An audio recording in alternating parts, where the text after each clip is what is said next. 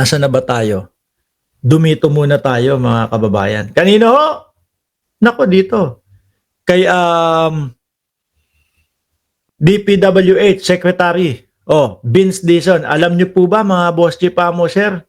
Ang sinasabi niya ho dito, mga kababayan, ay sa kulungan na, no? Tama ba? Sa kulungan, magpapasko. Kulungan na sila magpapasko. Sabi ho, sino daw ho, mga kababayan, mga boss chief mo, sir? Yung mga taga District 1 ng Bulacan. Ayan o, no? Kasi dito sa ating channel, mga bossing, 8, 9, 10 ang topic natin. So kadalasan yung thumbnail sa taas, ibang topic, tapos yung pinaka title natin sa YouTube, ibang topic din ho yan. Ano sabi dito? Yung mga notorious na taga First District ng Bulacan, sila Alcantara, Hernandez, etc. Kasama din. Ay, pati pala si Sara Diskaya. Kasama rin po si Sara Diskaya. Tingin ko, baka kasama na din si Curly Diskaya. Tingin ko, linggo na lang ang binibilang dyan sa kulungan na sila magpapasko. Aray ko po! Alam niyo, mga boss chief mo, sir, no?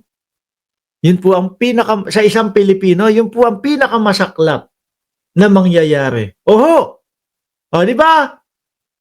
Tayo, meron pa naman tayong mga, naku, Paskong Pasko, wala si ganito. Naku, Paskong Pasko, ganito nangyari sa atin. Masaklap po yan, lalo na sa pamilya ng mga yan. Pero hindi na po kasi talagang pwedeng yun eh. Yung basta pakawalan na lang yan eh. Baka ho biglang mga magtago. Baka ho biglang mga magsilipad ng bansa, mga bossing. Sabi ni Don Delgani, na-dismiss kaso ni Villanueva noon sa, ang bilis nakaraang ombudsman, magkano ba binayad? Baka kasuhan ho ako ni Joel Villanueva pag sinabi kong may binayad no? Pero siyempre, hindi ko ho kayo masisisi kung isipin nyo po iyon. Pasko lang, boss, New Year din. At isa pa, may nakikita pa ako dito, no? Na posible, maaari na makasama, na maioblo din bago magpasko. Alam niyo kung sino? Mukhang nagpa-practice na sa malamig na panahon. Bumababad-babad sa yelo, nakagano, no? Di ba? Mukhang nagpa-practice na, isa din ho yun. Kaya lang, yun, hindi ho sa Pilipinas makukulong. Sa ibang bansa ho makukulong yun, mga kababayan. No? Mark, pinapangunahan mo naman, bakit mo nasasabi na makukulong? Kung yung dating Pangulong Duterte nga leader nila nasaan? Ito pala, sorry na, huy! Sorry na, andiyan pala si Rodrigo Duterte. Kung si Rodrigo Duterte nga nakulong walang nagawa yung mga DDS. Ito pa kayang sila Bato de la Rosa at sila Bungo na lang. Di ba, Ma'am Chris Rose? Balik tayo dito sa mga taga District 1. Etong dalawa na to, Sara Diskaya, yung mga Diskaya at si Bryce Hernandez, yan yung talaga. Hindi, actually kasama si Alcantara. Alcantara, Hernandez, si Diskaya, yan po yung mga gusto na makakuha ng pagiging state witness Kaya lang ang nakikita ko mga boss chief mo, sir, kung sakali, mas mas nakikita ko na madaming, kumbaga, all out, no? At talagang kung bibigyan ng pagkakataon na maging state witness, si Hernandez. Kasi siya yung nag-all out lahat Yung sa mga Diskaya, parang napaka-imposible Bakit? Yung nababanggit na daw si Bongo, mga kababayan, umaayaw na Naalabalitaan nyo yon? Nung nakaraang linggo, hindi na makikipagtulungan, hindi na makikipag-ugnayan, hindi na makikisali ang mga Diskaya. Ganun na yung sinasabi. Di po ba? At ito, balibalita o binalita mga kababayan, na yung mga Diskaya talagang naging bilyonaryo no? Nung nang dahil daw kay Bongo. Si Trillanes ang nagsabi niyan. Sabi ni Jomel Belison, pag nakulong na yan, may papadala ako ng ham sa kulungan, nahambalusin ko sa mukha niya, mga magnanakaw na yan, sa daming nagsasaper na mahihirap. Yung pala yun. Anyway, mahirap po talaga to. No? Pero tingin ko, mangyayari. Konti na lang daw, sabi ni DPWH, Secretary Vince Dizon. Ngayon ho, mga kababayan, nako eto, nagkakalabasan ho ng SALN. Naalala nyo ho, lahat na naglalabas ng SALN, no? Pero si Joel Villanueva, hindi ko pa nakikitang naglalabas ng SALN. Si Chis Escudero, wala pa ding SALN. O baka ngayong araw o kung kailanman. Pero eto ho, mga kababayan, si Robin Padilla naglabas ng SALN, kung di ako nagkakamali, 244 million yung SALN niya. Ano? 244 million. Pero hindi ko maisipan si Robin Padilla na isang korap na politiko. Oho, no? Mahina ang kokote bilang senador. Pero hindi ko po siya iniisipan ng korap na politiko, na korap na senador. Bakit to? Haba ng panahon na yan ay nasa industriya ng pelikula. Milyon-milyon ang mga bayad sa mga ta-artists, sa mga endorsement pa lang ho, mga kababayan. No?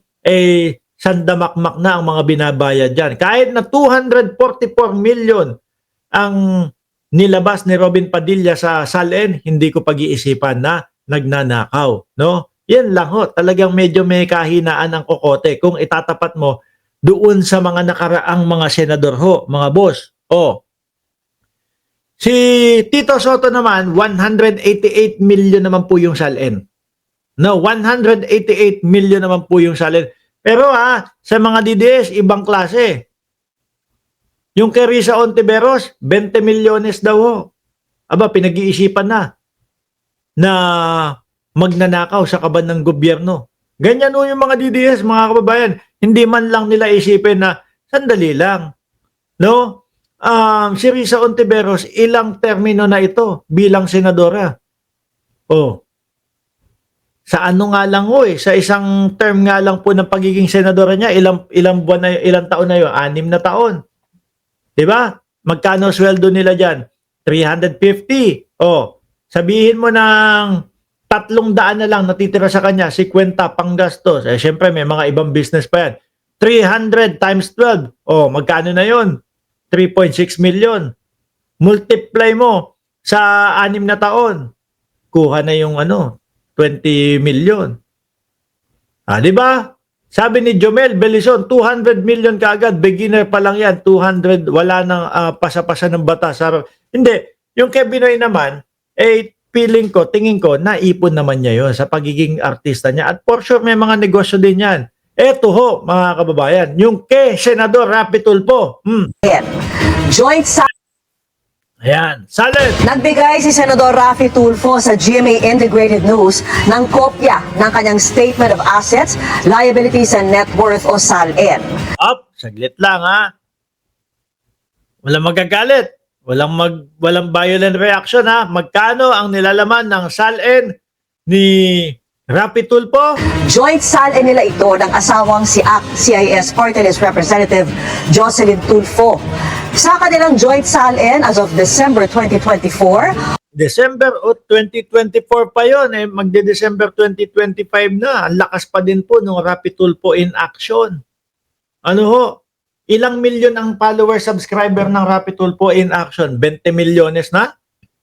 Mga kababayan? Tingnan ko. Rapi Tulfo. Yan, kapag ka-search mo pa lang, 30 million na. 30 million na ho, mga kababayan. Ito, hindi ko nasasabihin kung magkano kinikita o kung magkano ang revenue nitong YouTube channel na ito, mga bossing. Etong sa akin lang, hindi ko na. Pero yun, ibig sabihin nun, 60 times. Kasi 30 million Tapos ako kalahating milyon lang Ibig sabihin, tapos ang taas pa ng engagement talaga niyan, araw-araw, lagi-lagi. Siguro 30 million yung kay Rapi Tulfo, 500 ako. Sabihin mo nang kumikita yan ng mga ng 60 million. Mahina yun. 60 to 100 million. Tingin ko mga ganon, roughly. No? O sabihin na natin, 30 million to 80 million kada buwan.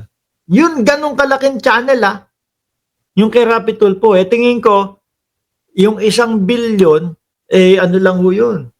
Kayang-kaya ni Tulfo na sa 2 o 3 taon lang ho, mga kababayan. 1.52, no? Kaya kailangan bago tayo magbintang, bago tayo mag-isip na magnanakaw yan, ganito, ganyan.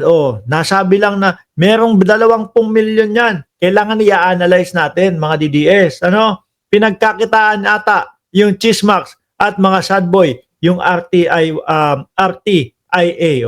Yun nga lang. Di ba, Shiro Kansaki? 1.05 billion pesos ang nakadeklarang net worth ng mag-asawang Tulfo. Kasama sa mga inilista nilang assets, ang 9 na real estate properties Nakita mo, nasa real estate property pa. na mahigit 376 million ang halaga, mga sasakyan at mga Kaya ho, yung mga mayayaman talagang nasa real estate property nasa real estate yung kanilang mga negosyo. bank account Kasi talagang 30% kaya nilang itubo sa isang bahay. na abot sa mahigit 280 million pesos ang laman. Walang nakalistang anumang liabilities o utang ang dalawa sa kanilang SALN. Biruin mo, meron ka ng 1 billion, tapos meron ka pang liabilities. So, wala na. Siyempre, lahat cash-cash na yan, no? Bumili ka nga ng 4 na Land Cruiser. Di ba ganon? Kuha agad, cash na, Bago nito, nanawagan ng Office of the Ombudsman na voluntaryong isapubliko ng mga mambabatas ang kani-kanilang mga SALN. Yan, ang hihintayin na lang ho natin mga boss Chipamo Sir, SALN ni Vice Presidente, SALN ni Boss Jewel Villanueva, SALN ni Chis Escudero, SALN nung iba pang mga politiko. Mga boss Chipamo Sir, at least nilabas. Tsaka no? Kapag kayong may lakas ng loob kang ilabas ng ganyan, pagka yung alam mo na wala kang ginagawa at tingin mo kayang i-justify yung mga pinagkuhanan niyan pera na yan, lalabas agad-agad. Hindi ka mag-aatubili, hindi ka magpo-postpone. Di ho ba, mga kababayan? Anyway, ibabalik ko to Sabi ni Dennis Ostonal, wow, tax pa more para sa mga corrupt politician, mga kawatan talaga. Ibabalik ko ito mga boss Chipamo Sir. Mamayang madaling araw, alas 12 na madaling araw, nandiyan po tayo sa Birahan PH, no? Huwag niyo pong kalimutan na mag-subscribe diyan, mag-like and mag-share. Sa ngayon po, inaantok na ako. Ayan, mapungay ang mata, laging nakatawa, magbatibot. Paalam po hanggang sa muli.